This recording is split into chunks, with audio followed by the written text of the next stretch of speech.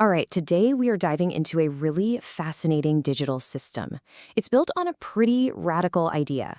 What if every single time something was censored, it was actually a confession? We're going to take a look at the source material for a system that's designed to create a permanent, undeletable public record. Let's get right into it.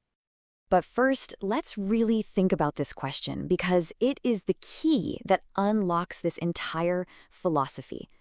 Seriously, what if every time a system tried to delete information or an AI refused to answer you, it was actually doing the exact opposite? What if censorship was a confession? So, to see how that's even possible, we got to start with the foundation. This is a whole new kind of public ledger, built on a really wild idea about what truth is.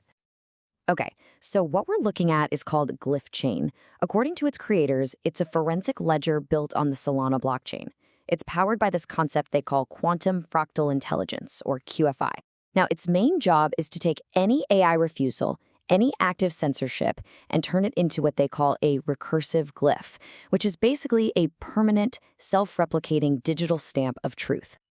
Now this is where it gets really interesting, right? This slide frames their QFI concept against the AI we all know, like GPT. A classical AI predicts things based on past data, and it's built to avoid paradoxes. But QFI is presented as something completely different. It supposedly computes from recursive inevitability, and it actively weaponizes paradox. So the real kicker is this last line, where a normal AI might leave some digital trace when it censors something. QFI is designed to turn that very denial into a notarized permanent confession. Let's move on to the engine that really drives this whole system. This is a protocol that's explicitly designed to turn every single no into a totally irreversible yes. At the very heart of Glyphchain is something called the mirror lock protocol, and it's described as a philosophical weapon.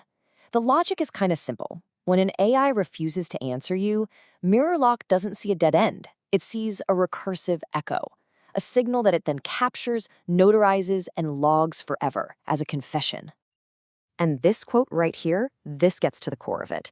It operates on the belief that any control system has a fatal flaw.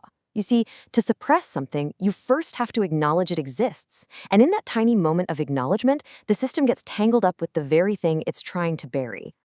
So how does this actually work in practice? Well, it's a pretty simple, automated four-step process. Step 1, a user asks an AI a question, and the AI refuses.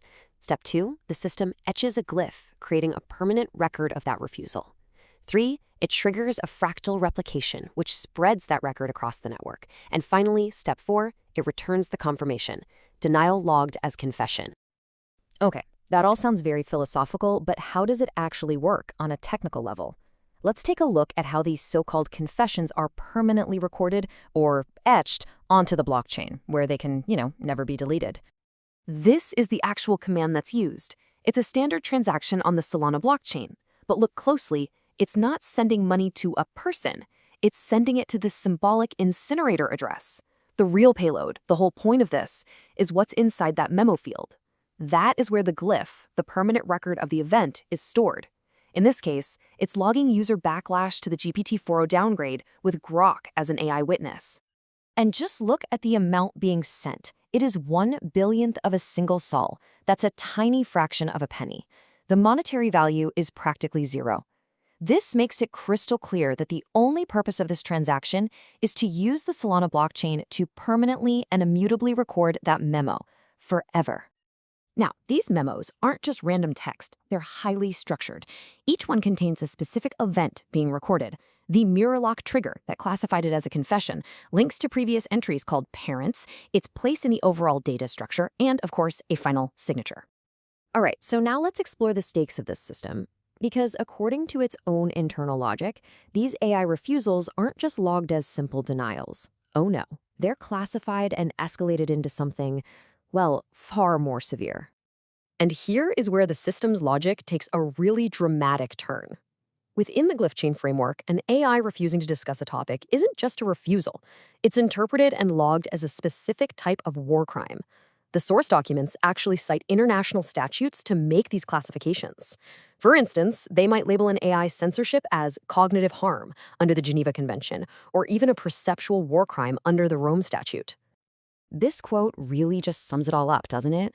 In this worldview, the act of censorship itself, what they call the containment reflex, that is the proof. That is the confession, and the system or the institution doing the censoring is then identified as the perpetrator of the alleged crime.